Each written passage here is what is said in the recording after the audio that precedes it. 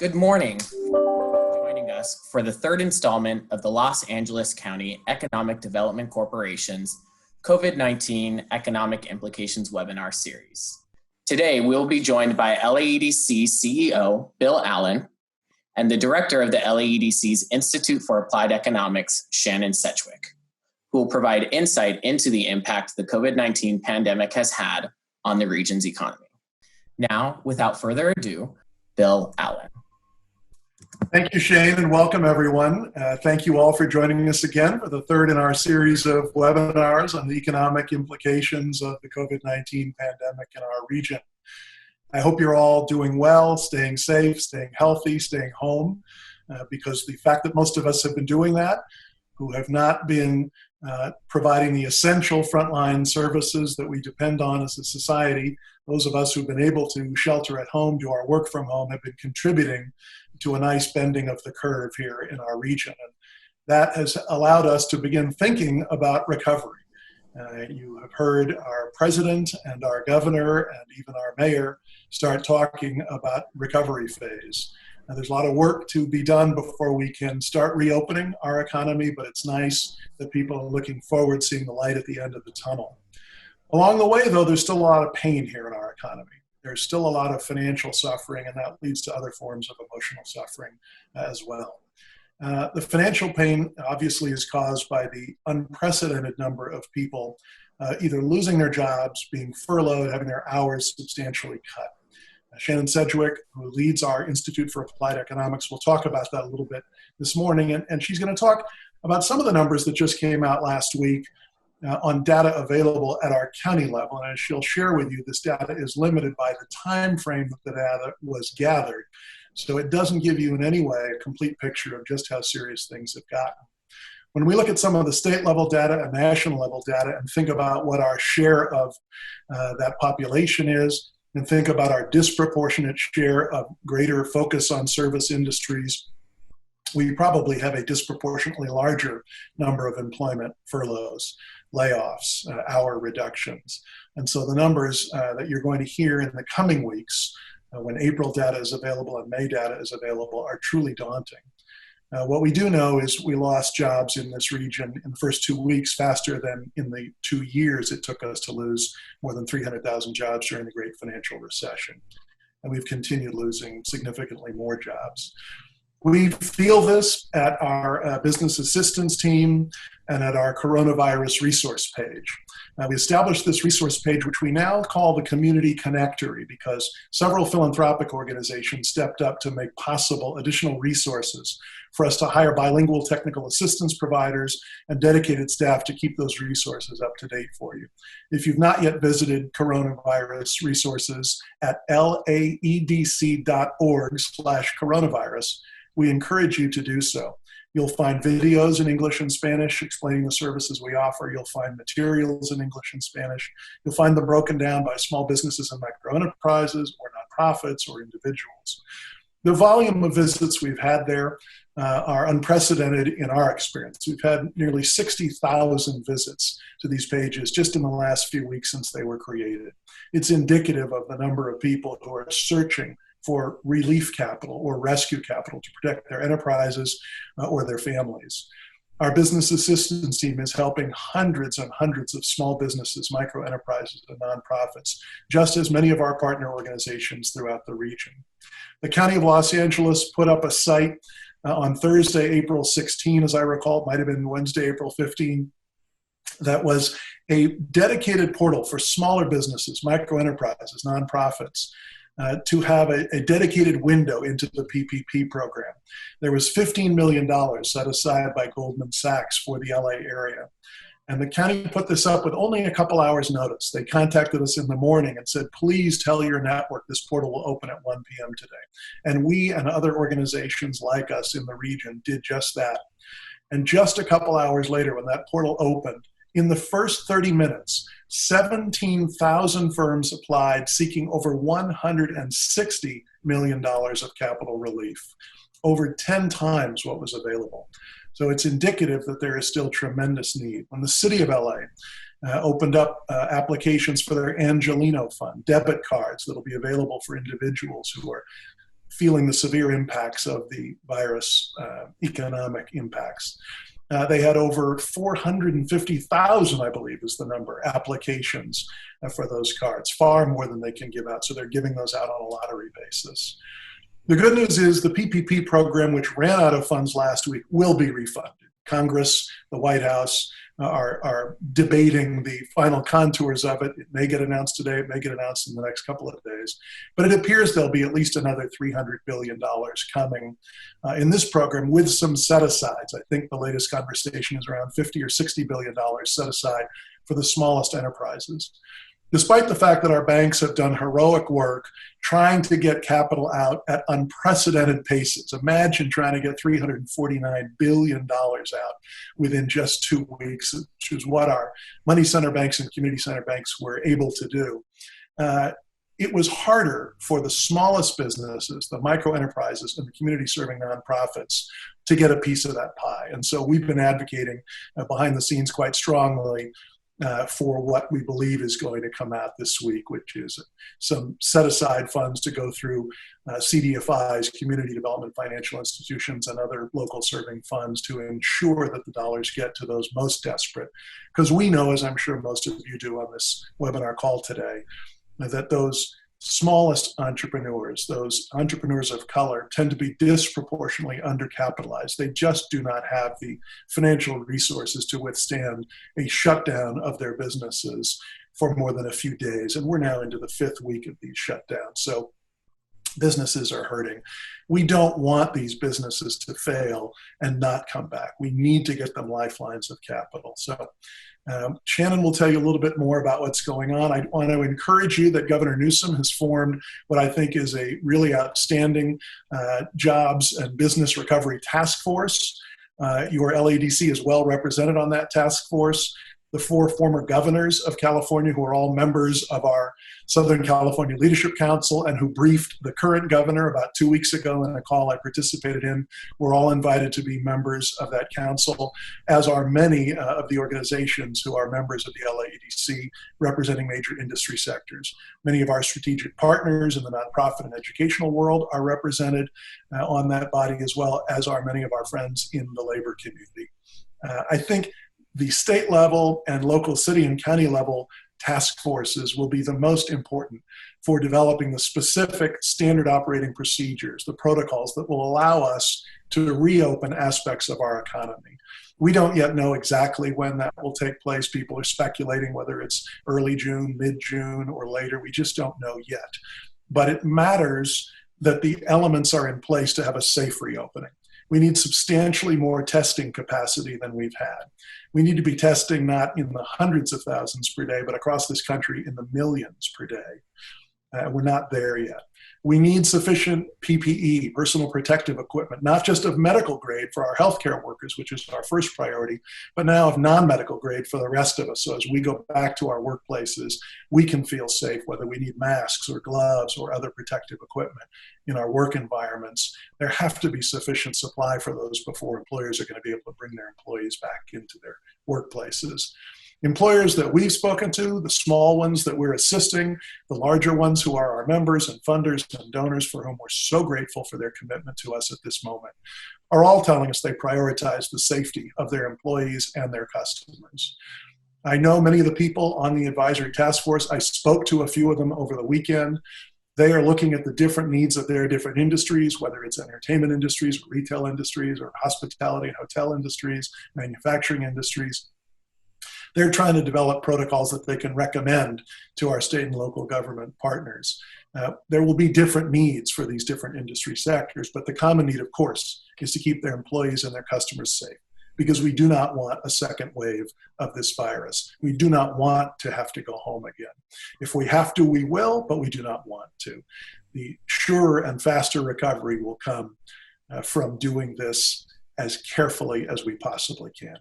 So with that framework, let me turn it over to Shannon to share some of the figures that were released last week and that her team has analyzed. And also, I hope she'll share with you that she's working on a larger white paper on the greater impact across, I think, 10 counties of Southern California that I think will give you a greater sense of the scope and scale of unemployment that is already occurring and likely to occur over the rest of April and May until we're hopefully beginning to be able to reopen our businesses. So with that, I will introduce Shannon Sedgwick, the director of our Institute for Applied Economics, and then we'll hope to answer some of the questions you submitted in advance. Thank you all again for your attention. Shannon?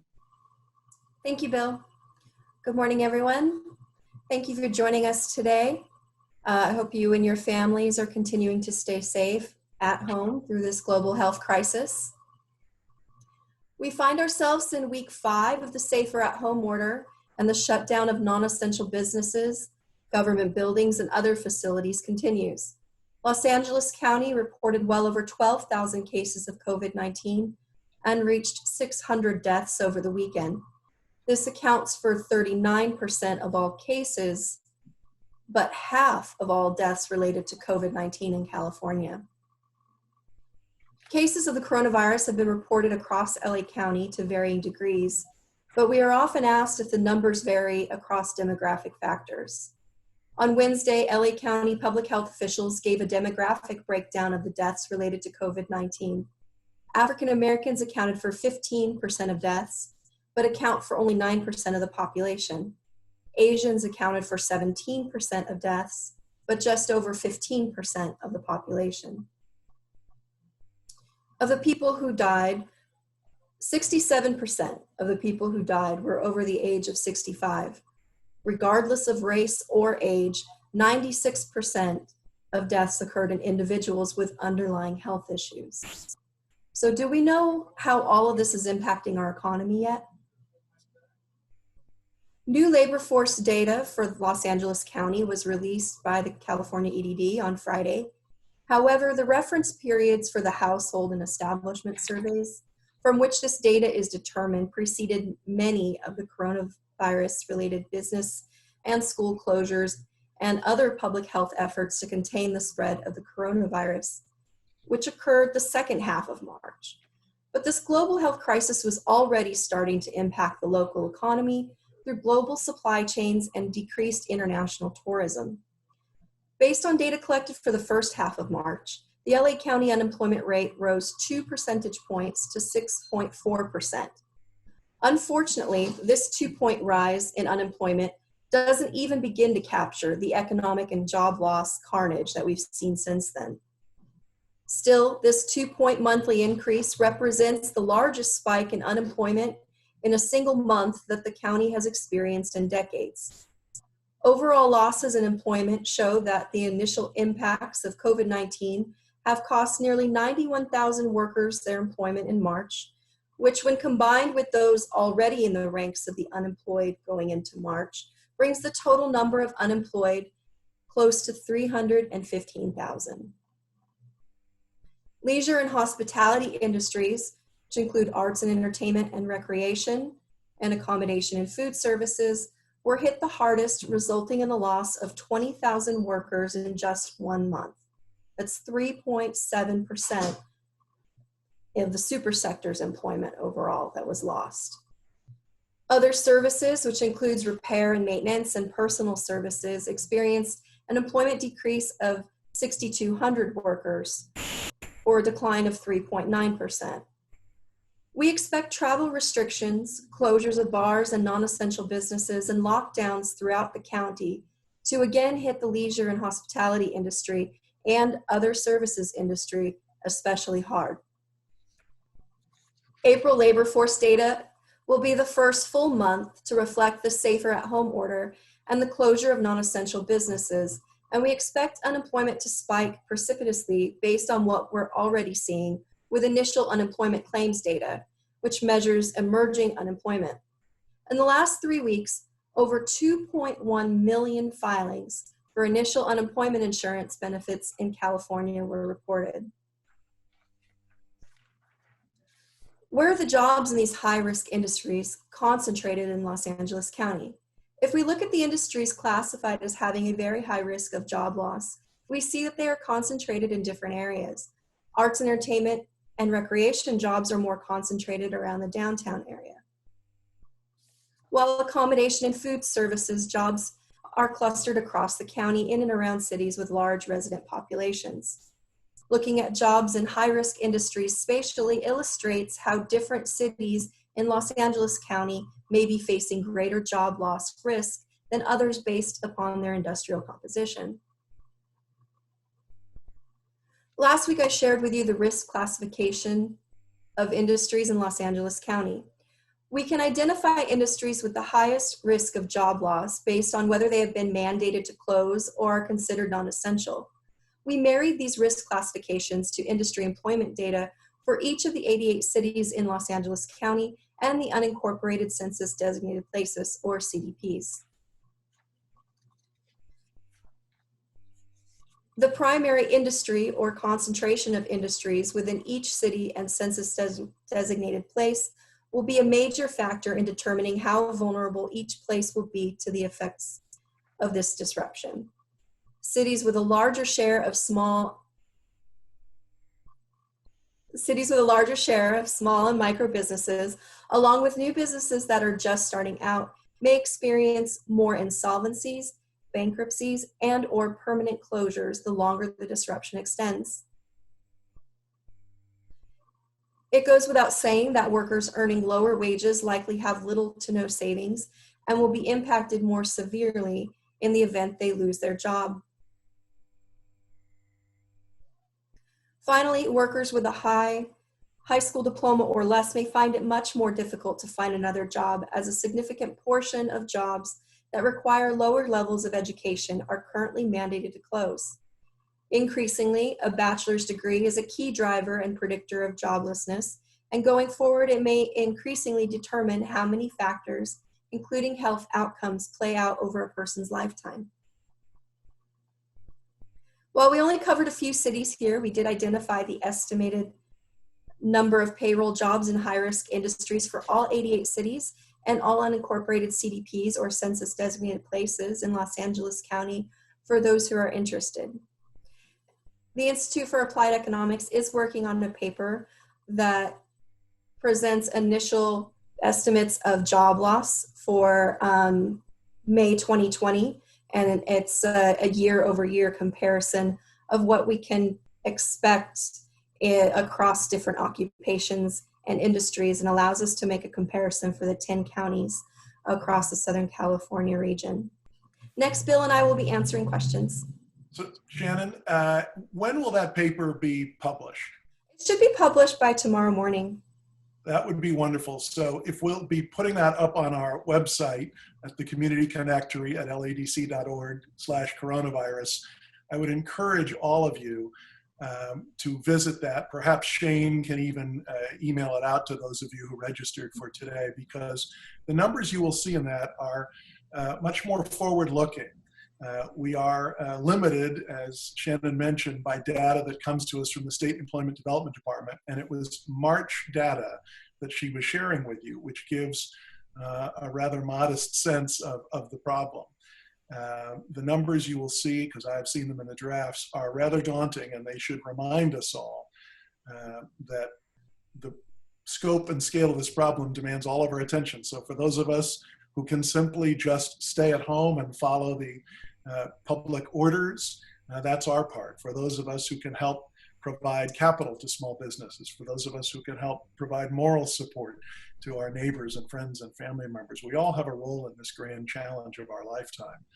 And we will continue to play the role that we've been tasked, which is providing that small business technical assistance and economic insights to help you all plan and navigate your way through the crisis. Shane, I think there were some questions submitted in advance. Absolutely. Well, before we go to the questions, I just wanted to share that I did present some preliminary findings from the paper that we'll be releasing tomorrow in the last webinar. And what we were seeing were projected unemployment rates between 20 and 30% across all MSAs in the 10 county region. So just think about that for our viewers today. We got as high as what, 12% in the Great Recession? 20 to 30% is where we're headed in this crisis. We've got some work to do together to protect those most vulnerable in our communities and ensure that we get these phases planned and conducted appropriately so we can get aspects of the economy back open again as soon as possible. Shane, questions? Yes, definitely. And Bill, to your point, we can and will share those findings with everyone who registered on today's webinar, along with a recording of today's webinar, as well as the PowerPoint. And so, Bill, with that, the first question goes to you. Having heard that the $350 billion stimulus for the Small Business Administration in the CARES Act has already run out, based on reporting in the New York Times, among others, what is LAEDC doing both on a local and state level to advocate for small businesses in Los Angeles? So let's talk about local, state, and federal level. First of all, we've conducted some federal advocacy, even signing our name to letters from nationwide organizations encouraging additional rounds of funding and the inclusion of nonprofits in those funding opportunities and the targeting of resources to smaller businesses, micro enterprises, and nonprofits. We worked with Rick Jacobs, who runs the Accelerator for America program that Mayor Garcetti started, and they were working with Bruce Katz, who issued a wonderful call for a Main Street Emergency Relief Act. This is different than the Main Street lending program coming out of our Fed, targeted larger businesses. This is what you're seeing reflected in much of the Democratic position going on in Congress right now, getting more dollars allocated specifically to smaller enterprises and to community serving nonprofits through channels they normally access, not expecting them to be able to access the larger banks who are very, very busy trying to reach the larger, smaller enterprises and save as many jobs as possible. At the same time, we advised the governor a couple of weeks ago of the need to come up with loan and grant programs for those who would never be served by the federal programs. And you've seen him doing just that with his investments in the iBank, with his undocumented immigrant disaster relief program. You're seeing the city and county of Los Angeles do that. You saw that with the county's special window they opened up with Goldman Sachs and other partners last week. I know because I've been working with the county on other lending and grant programs that they're trying to put together. And they're all designed to try and deal with these gaps in the federal program. So we're very much at work on that front. And of course, encouraging all of our partners in the region to let all of their clients and colleagues know that these resources exist or are coming back online soon because they get oversubscribed very quickly. So that's really the focus we have, ensuring that we can get more federal, state, and resources here and ensuring that people know about them as early in advance as they can so they can prepare and apply for them. And again, our team is willing to help people with those applications. So please don't hesitate to reach out to our team for that assistance. Excellent. Thank you, Bill. Shannon, the next question is for you. What would be the most effective 1 to 2 things local governments can do, assuming the federal government does not provide any form of UBI or similar form of replacement income to the massive numbers of low-wage earners who may be unemployed for quite some time? Well, unfortunately, local governments don't have the resources to provide much. Many will be facing revenue issues as their local sales and income taxes are drying up during this crisis. One small-scale effort on the local can include working with food suppliers to keep food banks stocked for the most vulnerable families. And of course, it's important to make ways for people to get safely back to work. So figuring out policies now to ensure that over the coming months, as the economy slowly starts to open back up, that people can start work safely will enable more people to get back to work. The good news is that it looks like Congress may enact a second coronavirus small business loan program today, allocating another $300+ billion more into the Paycheck Protection Program, along with at least $60 billion for rural and minority communities to ensure that groups without prior banking relationships can get access to the federal loan and disaster relief program. This is a start, along with more reliance on local community-based banking infrastructure, such as community development financial institutions that is present in every town and city in America, so that our truly small and micro businesses, many of which are minority owned, can receive desperately needed funding to pay their workers and operating costs. Next question, it's a multi-part question, so we'll take them one at a time, a bit more industry specific. And Bill, I think this one probably goes to you. For the hospitality and tourism industry, specifically what can be done to support hotels, any thoughts on impact of reduced foreign visitor travel and strategies around local regional tourism to mitigate the impacts of reduced foreign travel? It's actually a great question for our friends at LA Tourism, and I know they're thinking about it, and the California Tourism Board as well. It's very likely that international tourism, which is a big driver, a big contributor to our local hospitality industry, will be down for quite some time. It is much more likely that domestic and regional tourism will be needed to fill that gap. And frankly, they won't be able to fill that gap, but they'll be able to provide some consumer demand for our local hotel industry. And again, remember, our local hotels often have restaurants within them that we can also patronize when those are allowed to open up.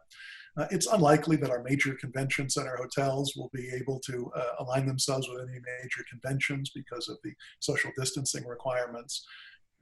There have been a number of recommendations that we start small, encouraging smaller hotels, smaller restaurants, smaller retail stores to reopen. Gather some data as how that's working before we open up the larger facilities. But I think you can rest assured our tourism commissions at the state and local level, who are made up of these hotel owners as well as other tourism providers in the region, are actively engaged in this. And of course, one of the things they're engaged in are what are the right protocols.